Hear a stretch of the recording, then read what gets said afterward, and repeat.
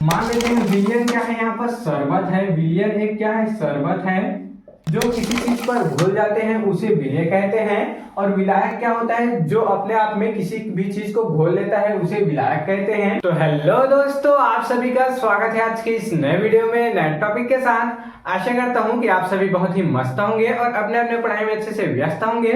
तो चलिए आज के इस क्लास में आगे बढ़ते हुए आज हम लोग 12th केमिस्ट्री के अंतर्गत जो चैप्टर नंबर दूसरा है, सेकंड चैप्टर को स्टार्ट करने वाले हैं। कौन सा है, विलयन अर्थात सॉल्यूशन से हम लोग आज जानेंगे कि मोलरता क्या होता है, मोलरता क्या होता है एवं मोल प्रभाज क्या होता है। इसको हम लोग परिभाषा और सूत्र के माध्यम से आपको संपूर्ण जानकारी देने वाले हैं।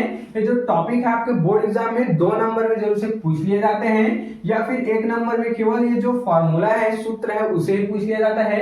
तो आज की इस वीडियो में हम लोग इसी को कवर करने वाले हैं। तो चलिए अब हम लोग ये जो परिभाषाएं हैं इसको समझने से पहले ये जो सॉल्यूशन है इसके कॉन्सेप्ट को क्लियर करना जरूरी है। ये जो विलयन है वह क्या होता है इसको समझना जरूरी है। अगर हम लोग विलयन को समझ गए तो आसानी से मोलरता एवं मोल प्रभाज का जो परिभाषा है खुद ब खुद हमको समझ में आ जाने वाला है। विलयन क्या होता है चलिए इसको समझ लेते हैं। तो जो विलयन होता है 2 चीजों से मिलकर बना होता है। पहला क्या होता है, विलेय, दूसरा क्या होता है, विलायक। और दोनों मिलकर क्या बनाते हैं, विलयन अर्थात सॉल्यूशन का निर्माण करते हैं। चलिए यहाँ पर देख लेते हैं क्या होता है। इसमें विलेय प्लस में क्या होता है, विलायक होता है। इसी के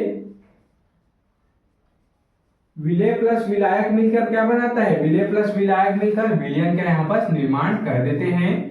विलयन का यहाँ पर निर्माण कर देते हैं, देख सकते हैं। अब चलिए इसी को उदाहरण सहित देख लेते हैं। मान लेते हैं विलयन क्या है, यहाँ पर शरबत है। विलयन एक क्या है, शरबत है। अब शरबत किन चीजों से मिलकर बनता है, 2 चीज से मिलकर बनता है। पहला तो क्या होता है, यहाँ पर शक्कर होता है। पहला यहाँ पर शक्कर या फिर इसी को चीनी भी बोल देते हैं, शक्कर या चीनी। तथा दूसरा इसमें क्या होता है, पानी होता है।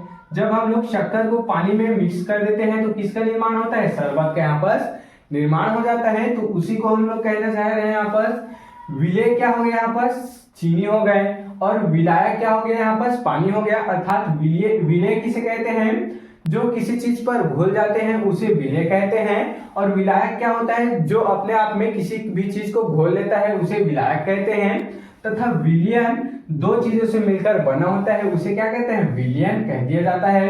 अर्थात जब चीनी प्लस पानी अर्थात चीनी में जब पानी में जब चीनी मिल जाता है तो किसका निर्माण होता है, शरबत अर्थात विलयन का निर्माण होता है। विलेय में जब विलायक में जब विलेय घुल जाता है तो किसका निर्माण होता है, विलयन का यहाँ पर निर्माण हो जाता है। उसी को यहाँ पर हम बोल रहे हैं क्या होता है, विलेय एक यहाँ पर चीनी मान लिए हैं और विलायक क्या मान लिए हैं, पानी मान लिए हैं। अर्थात विलायक की मात्रा इसमें क्या होती है, अधिक होती है, और विलेय की मात्रा कम होती है। जब हम लोग चीनी को पानी में डालते हैं तो वह घुल जाता है, अर्थात विलयन बन जाता है, शरबत यहाँ पर बन जाता है। आशा करता हूँ कि ये जो विलयन है, सॉल्यूशन है, वह आपको क्लियर हो गया होगा कि 2 चीजों से मिलकर क्या बनता है, सॉल्यूशन का निर्माण होता है, विलयन का यहाँ पर निर्माण होता है। अब चलिए हम लोग परिभाषा को लाइन से समझने का प्रयास करते हैं। सबसे पहले मोलरता किसे कहते हैं इसको देख लेते हैं। तो किसी विलयन के 1 लीटर आयतन में देख सकते हैं, किसी विलयन के यहाँ पर ये क्या है, विलयन है, तो इसके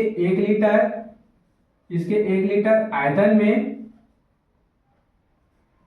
ध्यान देंगे, यहाँ पर आपको जो परिभाषा है आसानी से क्लियर हो जाएगा। किसी विलयन के 1 लीटर आयतन में उपस्थित विलेय की मोलों की संख्या, अर्थात ये जो विलेय है इसकी मोलों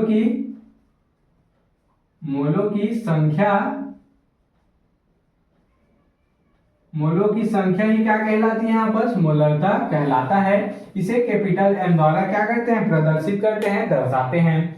अब मोलरता की परिभाषा में क्या बोला गया है, यहाँ पर ध्यान देंगे, विलेय प्लस विलायक क्या बनता है, विलयन बनता है। तो किसी विलयन के 1 लीटर आयतन में उपस्थित विलेय के मोलों की संख्या को ही क्या कह देते हैं, यहाँ पर मोलरता कह दिया जाता है। रटना बिल्कुल भी नहीं आपको, आप इससे याद रखेंगे कि किसी विलयन के 1 लीटर आयतन में, अब विलयन तो बहुत सारा होगा, तो उसके केवल 1 लीटर आयतन में उपस्थित विलेय की अर्थात शक्कर की विलेय की मोलों की संख्या को ही क्या कहते हैं, विलेय की मोलों की संख्या को ही यहाँ पर मोलरता कह दिया जाता है।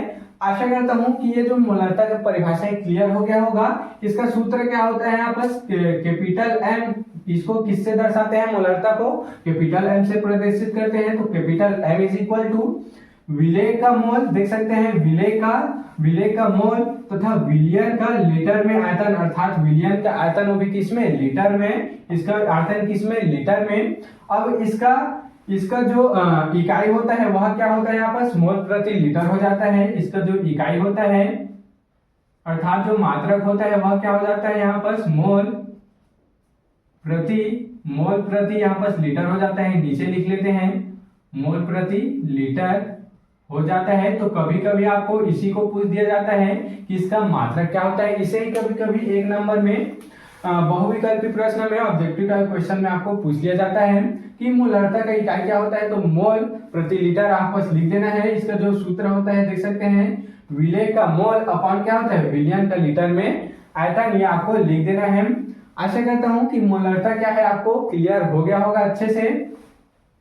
अब चलिए अब हम लोग मोलरता क्या होता है इसको देख लेते हैं। अब मोलरता क्या होता है, 1 केजी अर्थात 1 केजी विलायक में उपस्थित, 1 केजी किसमें, विलायक में उपस्थित विलेय की मोलों की संख्या को ही क्या कहते हैं, मोलरता कहते हैं। 1 केजी विलायक, ये जो विलायक है इसके 1 केजी, ध्यान देंगे आप बस, 1 केजी क्या बोला गया है, विलायक बोला गया है। तो 1 केजी विलायक, 1 केजी विलायक में उपस्थित विलेय की मोलों की संख्या को ही क्या कहते हैं, मोलरता कह देते हैं। मोलरता यहाँ पर कह देते हैं। क्या बोला गया इसके परिभाषा में, ये जो विलायक है इसके 1 केजी विलायक में उपस्थित विलेय की मोलों की संख्या को ही क्या कह देते हैं, मोलरता कह देते हैं। मोलरता में क्या होता था और मोलरता में क्या होता है इसको चलिए समझते हैं। मोलरता में क्या होता था, सबसे पहले इसको जान लेते हैं। मोलरता में किसी विलियन के 1 लीटर आयतन में उपस्थित विलेय की मोलों की संख्या को क्या कहते थे, मोलरता कहते थे। जबकि मोलरता में क्या होता है, विलायक की 1 केजी विलायक के विलेय में उपस्थित मोलों की संख्या को क्या कह देते हैं, बस मोलरता यहाँ पर कह दिया जाता है। और इसको हम लोग कैपिटल एम से इसको क्या कहते हैं, प्रदर्शित कर देते हैं। इसको कैपिटल एम द्वारा दर्शाते हैं, इसको स्मॉल एम द्वारा दर्शाते हैं और इसको कैपिटल एम द्वारा प्रदर्शित कर दिया जाता है। इसका जो सूत्र होता है small M is equal to विलेय का मोल अपॉन क्या हो जाता है, विलायक का केजी में भार, अर्थात विलायक का भार वो भी किसमें, केजी में, यहाँ पर किलो में देख लिया जाता है। और इसका इकाई क्या होता है, मोल प्रति केजी हो जाता है। जो इकाई होता है वह क्या होता है यहाँ पर, मोल प्रति केजी यहाँ पर हो जाता है, देख सकते हैं मोल प्रति केजी यहाँ पर इसका हो जाता है इकाई। तो चलिए इस प्रकार से हम लोग मोलरता और मोलरता को समझ चुके हैं। अब मोल प्रभाज क्या होता है इसको जानने का यहाँ पर प्रयास करते हैं। तो ध्यान देंगे यहाँ पर, 1 मिनट, ये क्या था, विलियन था, यहाँ पर थोड़ा सा मिट गया।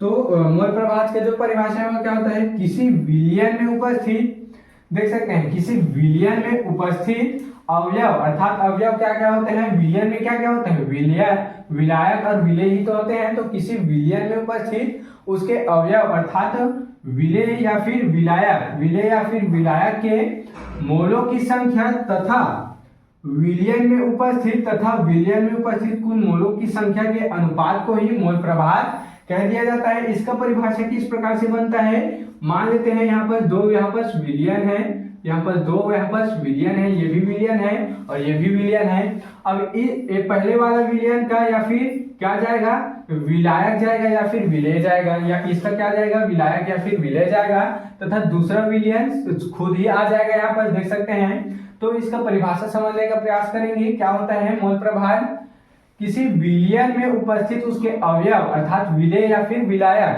तथा किसी अन्य विलियन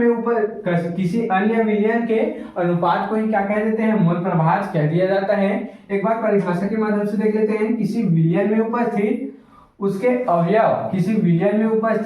अवयव अर्थात विलेय या फिर विलायक के मोलों की संख्या, इसके मोलों की संख्या यहाँ पर लिख देते हैं।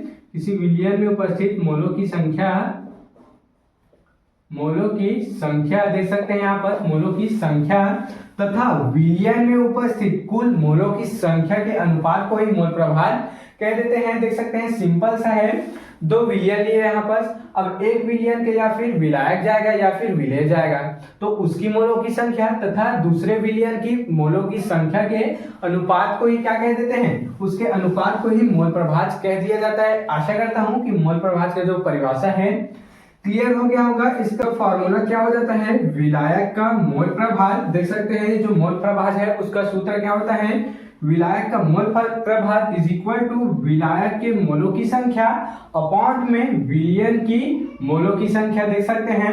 अब इसी प्रकार से हम लोग इसमें क्या ले रहे हैं, एक विलायक ले रहे हैं। इस विलयन से क्या लेना था, एक चीज लेना था, तो इसमें पहले हम लोग विलायक लिए हैं तो विलायक के मोलों की संख्या आ गया। अगर हम लोग इसमें विलेय ले लेंगे तो क्या हो जाएगा, इसका फॉर्मूला विलायक का मोल प्रभाज इज इक्वल टू क्या हो जाएगा, विलायक की जगह क्या हो जाएगा यहाँ पर विलेय हो जाएगा, तो विलेय के मोलों की संख्या और अपॉन में क्या हो जाएगा, विलयन की मोलों की संख्या। तो देख सकते हैं कुछ इस प्रकार से इसका जो फॉर्मूला है हो जाएगा। तो कुछ इस प्रकार से आज की इस प्यारे से सेशन में हम लोग मोलरता एवं मोल प्रभाज का जो परिभाषा है, सूत्र है, इसको समझ चुके हैं। आप इसका यहाँ पर स्क्रीनशॉट ले सकते हैं। तो आशा करता हूं कि आपको जो सेशन है, जो क्लास है, पसंद में आया होगा। आपको मोलरता एवं मोल प्रभाज का जो परिभाषा है क्लियर हो गया होगा। अगर आपको ये जो टॉपिक है समझ में आया होगा तो मेरे चैनल को जल्दी से सब्सक्राइब करके बेल वाले आइकन को दबाकर प्रेस कर लीजिएगा, ताकि आपको मेरी ऐसी अच्छे इंफॉर्मेटिव वीडियो और अच्छे इंपॉर्टेंट वीडियो की नोटिफिकेशन सबसे पहले आप तक ही पहुंचती रहे और आप 12th केमिस्ट्री की तैयारी अच्छे इंपॉर्टेंट टॉपिक के साथ कर पाए।